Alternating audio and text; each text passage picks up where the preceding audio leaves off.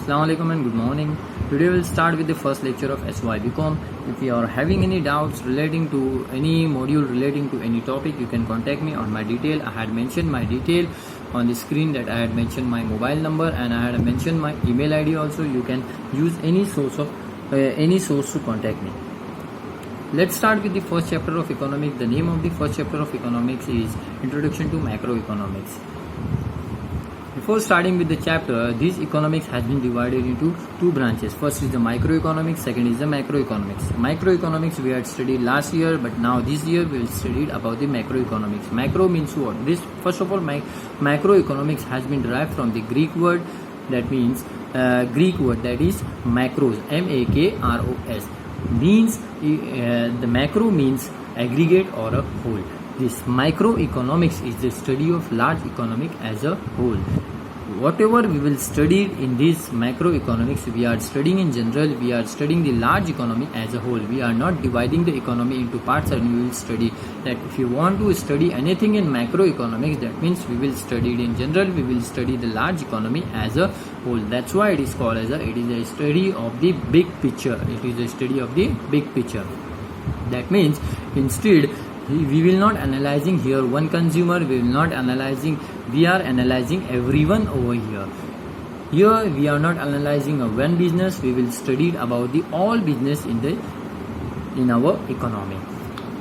Next we'll study that this macro was created to measure the health of the world economy. If you want to measure the health of the world economy, if you want to measure health means what? If you want to measure the GDP of our economy, we can measure through the macroeconomics. We come to know our economic condition by the macroeconomics. And if the government want to frame the policy regarding the fiscal policy, regarding the monetary policy, they can take the help of macroeconomics. This macroeconomics has a different variables. First is a gross domestic product. Gross domestic product means what? The goods and services, whatever the goods and services produced in our economy during a given period of time. कि एक साल के अंदर हमारे India में, हमारे economy में how much the goods and services has been produced. Second is the gross national products. In our India, see the name itself indicate gross national product. How much the product has been produced in our India during a given period of time. कि हमारे India के border के अंदर how much the goods and services has produced, and from that how much the India has created the income, that is nothing but the gross national product. Next is the demand and supply. In this we will not consider the individual demand or the individual supply, we will consider about the aggregate demand के पूरे India में how much the demand has been created, we can call it as aggregate demand, or how much the supply has been supplied in our economy, that means we can call it as a aggregate supply. Next is the consumption, कि हमारे पूरे India में how much the consumption has been takes place. Next, the fifth one is the investment, कि how much investment has been takes place in our India, कि हमारे India में how much investment has been done, and from that investment how much the income has been created, we will study. This is also the variable of macroeconomics. Next is the government spending, कि government हमारे economy पे how much they are doing expenses, how much they are spending the money on our economy. And the last one is the net export, that means X minus M. X means what? Export, and M means import. Always my export should be greater than import.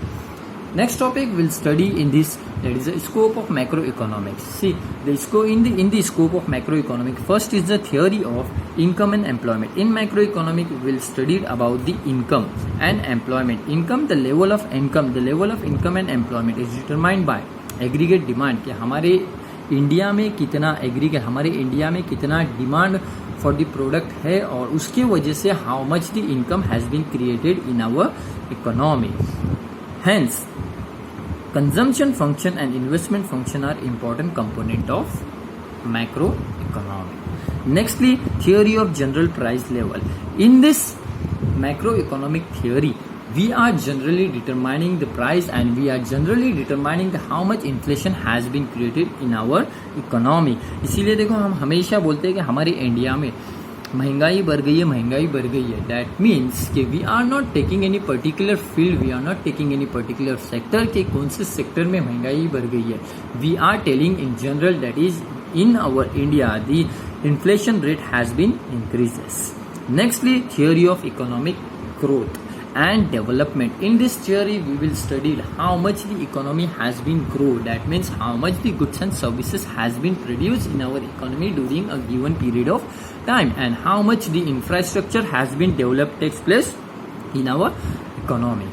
Next, theory of distribution. In this theory of distribution, okay, we are having a different kinds of factor of production, how much each factor of production is contributing to the national income. We will study in this type of theory of distribution. Next, theory of consumption function. In theory of consumption function, we will study how much consumption has been takes place in our economy. That means कि हमारे economy में कितना product and services has been consume takes place. ये पूरा के पूरा ये theory में हम लोग ये स्टडी करेंगे कि हमारे इंडिया में कितना गुड्स एंड सर्विसेज कंज्यूम हुआ है. Okay, and the last one is theory of investment. In this theory, we will study about the how much investment has been takes place in our economy. And the last one is theory of fluctuation or the business cycle. In this, we are having a business cycle. Business always if we will see the business is not stable all the time. There will be ups in the business, there will be a down in the business. So accordingly, in this theory, we will study in the booming time.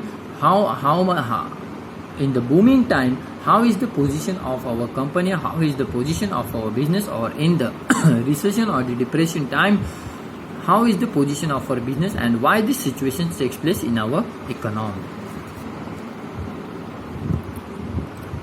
Next topic we'll study in macroeconomic, that is the importance of macroeconomics. What is the importance of macroeconomics in our economy? See, first is the trade cycle analysis. If you want to analyze the position of the business, the macroeconomics is the very important part.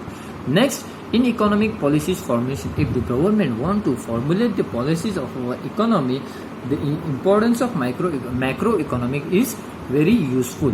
Because of macroeconomics, the government can frame the policies of our economy. Next, downsize the effect of inflation and deflation. If suppose अगर हमारे India में महंगाई बढ़ गई तो government उसको कैसा कम करे, that's why this macroeconomic has been useful. Next, facilitate the material welfare, कि हमारे को पूरे इंडिया में how much resources we are having and how we have to utilize the resources in our economy.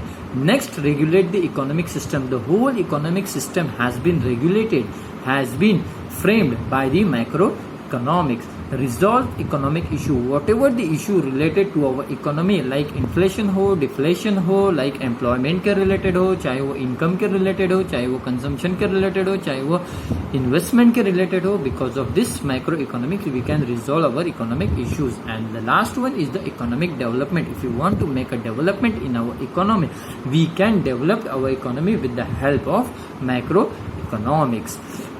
In the down picture, we had mentioned that the study of macroeconomic is important due to the following reasons. Help in knowing the functioning of the economy. This macroeconomic is useful in functioning. We have to know how our economy has been functioned, whether our economy is up to the mark or at a stable position or not. We will come to know by the macroeconomics. Nextly, if you want to study about the national income, how much the income has been created in our economy, if you want to study about that, this macroeconomic is very useful. Then formulation of economic policy that I had mentioned. Study of trade cycle also I had mentioned. Change in the general price level I had mentioned. In the downsizing, the effect of inflation and deflation. Because of inflation and deflation, whatever the effects has been made in our economy, that this we can study because of macroeconomic. And the last one is the economic growth, how much the goods and services has been produced in our economy, and by that how much the growth has been takes place in our economy, we will study by the macroeconomic theory. Thank you very much. Here we will complete our first chapter. Next we will start with our next chapter. Thank you very much.